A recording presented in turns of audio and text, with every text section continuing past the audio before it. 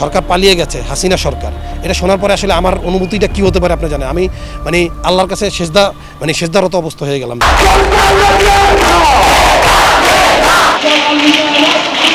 2024 সালের জুলাই গণঅভ্যুত্থানে উত্তরা পরিণত হয়েছিল আন্দোলনের আর সংঘর্ষের এক উত্তপ্ত জনপথে। রাজপথ জুড়ে ধোঁয়া, টিয়ার শেল, গুলির শব্দ আর আতঙ্ক। সেই উত্তাল দিনগুলোর স্মৃতি আজও তাড়া করে ফেরে অনেককে। তাদের একজন ঢাকা মহানগর উত্তর ছাত্রদলের সাবেক সভাপতি মেহেদী হাসান রুয়েল।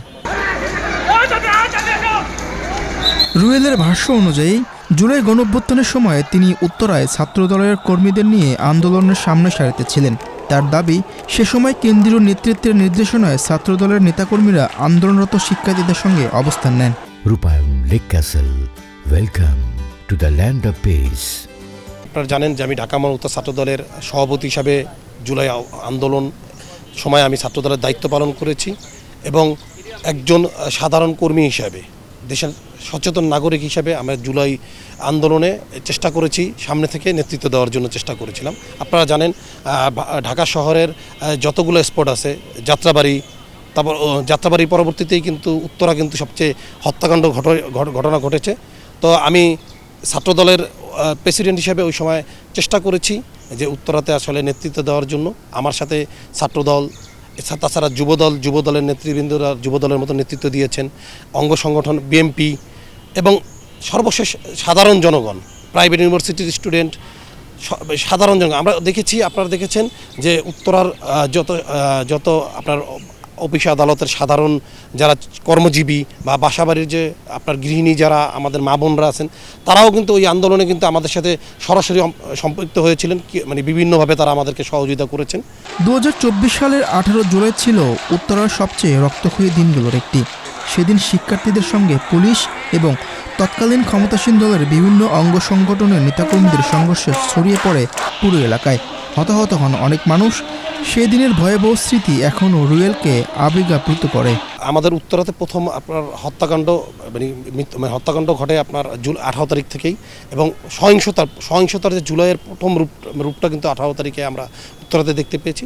ওদিন আমাদের ছাত্রদলের বর্তমান সিনিয়র ভাইস প্রেসিডেন্ট, ছাত্রদলের ওই সময় যুগ্ম সাধারণ সম্পাদক ছিলেন রবিউল আউয়াল ভূঁইয়া রবি, আমাদের ছাত্রদলের গুলিবিদ্ধ হয়েছিলেন এবং ওর প্রায় 42টি আপনার রাবার বুলেট ওর গায়ে লেগেছিল এবং ও ও সহ আপনার অসংখ্য নেতাকর্মী সেদিন গুলিবিদ্ধ হয়েছেন, নিহত হয়েছেন। আপনারা জানেন যে উত্তরাতে সেদিন শহীদ মুগ্ধ, উনিও শহীদ হয়েছিলেন সেই 18ই জুলাই। এবং সেই 18 জুলাই থেকে 5ই আগস্ট পর্যন্ত, যেদিন আপনার দেশের এই স্বৈর সরকার হাসিনা পালিয়ে গিয়েছিলেন, সেই দিন পর্যন্তই উত্তরার প্রতিটা স্পট ছিল আপনার অত্যন্ত গুরুত্বপূর্ণ এবং ভয়াবহ। কারণ একদিকে যেমন ছাত্রলীগের সন্ত্রাসীরা আমাদের সাধারণ নেতাকর্মীদের উপর এবং জনগণের উপর তারা অস্ত্র নিয়ে নেমেছিল, আমরা ছিলাম নিরস্ত্র।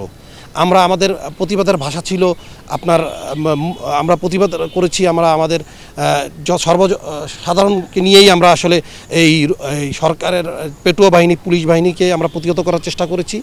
প্লাস আপনার সন্ত্রাসী যে ছাত্রলীগ, যুবলীগ, আওয়ামী লীগকে আমরা প্রতিহত করার চেষ্টা করছি ওই সময় আর কি। 5ই আগস্ট সকালবেলা আমি ঠিক 9টা থেকে 9:15টার সময় আমি উত্তরা যে বিএনএস সেন্টার, যেখানে আমাদের প্রতিদিনই আন্দোলনের যে সাধারণ ছাত্রছাত্রীরা বা আপনার প্রাইভেট ইউনিভার্সিটি বা আমাদের ছাত্রদল, যুবদল, মূল দল, বিএনপির যেখানেই আমরা স্পটে দিতাম আর কি, মূলত সেখানে আমাদের এই স্পটটা ছিল মূলত উত্তর হাই স্কুলের আশেপাশে থেকে এবং বিএনএস সেন্টার কেন্দ্রিক আমাদের ছিল। আমার মনে আছে 5 তারিখ আপনার সকাল 9টা থেকে 9:15টার মধ্যে আমরা ছাত্রদল, যুবদল, মূল দল প্লাস হচ্ছে গিয়ে যারা প্রাইভেট ইউনিভার্সিটির যারা স্টুডেন্ট বা সাধারণ যারা জনগণ, যারা আসলে এই স্বৈর সরকারকে পতনের জন্য যারা ডাক দিয়েছিল, তারা ওখানে আমরা জড়ো হতে ছিলাম। ঠিক আমরা অনেকেই কুয়েত মতি হাসপাতালে ছিল, অনেকে বিভিন্ন স্পটে আর কি ছড়াই ছিটে ছিল, জসিমউদ্দিন, রাজলক্ষ্মী। ঠিক 10:05 দিকে আমি 9:30 থেকে দেখলাম যে আপনার আর্মিরা আপনার এক ধরনের ব্যারিকেড সৃষ্টি করে ওখানে আপনার যমুনা টেলিভিশনের ওই সময় শরীফ ভাই লাইভ করতেছিলেন, যমুনা টেলিভিশনে শরীফ ভাই ওখানে সময় লাইভ করতেছিলেন। আমি বেশ কাছাকাছি অপোজিট থেকে দেখতেছিলাম যে তারা লাইভ চলতেছিল। পরিস্থিতি আমরা আসলে বোঝার চেষ্টা করতেছিলাম, কারণ ওদিন আমাদের গণভবনে আমাদের যাওয়ার প্রোগ্রাম ছিল, কর্মসূচি ছিল।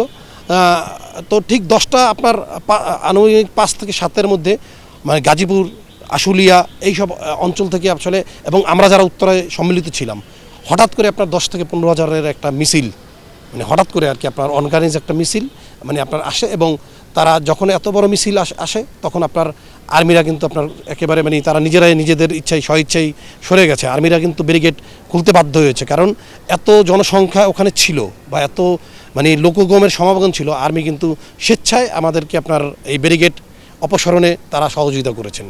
রাজনীতির হিসাব নিকাশের বাইরে সেদিনের স্মৃতিতে ফিরে আসে হারিয়ে যাওয়া প্রাণ, আহত মানুষের আর্তনাদার, স্বজন হারানোর বেদনা। যারা রাজপথে ছিলেন তাদের অনেকের কাছে জুলাই কেবল একটি আন্দোলনের নাম নয়, এটি রক্ত, ত্যাগ আর গভীর স্মৃতির আরেক নাম। 2015 সালের আপনার 26শে ফেব্রুয়ারি আমি নিজে গুম ছিলাম, আয়নাঘরে ছিলাম আমি দীর্ঘ 6 মাস 18 দিন। আপনি আমাকে আল্লাহ দয়া করে বাঁচিয়ে আনছে। আমি আয়নাঘরের যে নির্মম নির্যাতন, চোখ বাঁধা অবস্থায় আমাকে পরবর্তীতে আপনার বরিশালে, ঢাকা থেকে গ্রেপ্তার করে বরিশালে অস্ত্র দিয়ে চালান দেওয়া হয়েছে। আর আমার নামে এখন পর্যন্ত 131টা মামলা। যে আমি আমার লাইফের আপনার লাস্ট 10 বছরের বেশিরভাগ সময়ই আপনার প্রতি বছরে প্রায় সময় আমি আপনার কারাগারে কাটিয়েছি। একজন লোক এতটা নির্যাতন যখন সহ্য করার পরে জানতে পারে যে যার মাধ্যমে এই নির্যাতনের শিকার হয়েছে, বা আমি যেই অন্ধকার মানে গুম থেকে ফেরত আসছি, যে আয়নাঘর থেকে, সেখান থেকে ফেরত আসার পরে যে সরকার পালিয়ে গেছে, হাসিনা সরকার, এটা শোনার পরে আসলে আমার অনুভূতিটা কী হতে পারে আপনি জানেন। আমি মানে আল্লাহর কাছে সেজদারত অবস্থা হয়ে গেলাম, কারণ আল্লাহ দয়া করে কিন্তু আমাদেরকে এই স্বৈর সরকারের সাথে কিন্তু পতন ঘটার কিন্তু সহযোগিতা করেছেন। কারণ আপনি জানেন যে আমরা দীর্ঘদিনের কিন্তু এই পরিশ্রমের ফলেই কিন্তু এই জুলাই বিপ্লবটা কিন্তু ঘটেছে। সুতরাং আমাদের কাছে অনুভূতি ছিল যে আল্লাহ আমাদেরকে একটা মানে স্বৈর সরকার থেকে বাঁচিয়েছে, এবং না হলে আমাদের আসলে মৃত্যু নিশ্চিত আমরা জানতাম। কারণ এই আন্দোলনে যদি আমরা ব্যর্থ হতাম, আমরা যে সাধারণ জনগণ বলেন বা দলীয় নেতাকর্মীরাই বলেন, আমরা যদি ব্যর্থ হতাম, তাহলে কিন্তু আমাদের অনেকের হয়তো আমাদেরকে আজকে আপনার সাথে যে সাক্ষাৎ দিচ্ছি, আমরা হয়তো জীবন বা হয়তো জেলে পৌঁছতে পারতাম, বা আমাদেরকে কিন্তু আমাদের অন্য মামলাতে যে রায়গুলো হয়েছে এমন আছে আমাদেরকে যাবজ্জীবন হতে পারতো, ফাঁসি হতে পারতো। তো সুতরাং মানে একটা পরাধীন জায়গা থেকে আমরা বেঁচে ফিরেছি, এই জন্য আল্লাহর কাছে শুকরিয়া আসলে জ্ঞাপন করেছি। ওই সময় এগিয়ে যায়, রাজপথের ধোঁয়া এক সময় মিলিয়ে যায়, কিন্তু যারা সেই দিনগুলো খুব কাছ থেকে দেখেছেন তাদের স্মৃতিতে এখনও স্পষ্ট টিয়ারশেলের ধোঁয়া, গুলির শব্দ আর হারিয়ে যাওয়া মুখগুলো।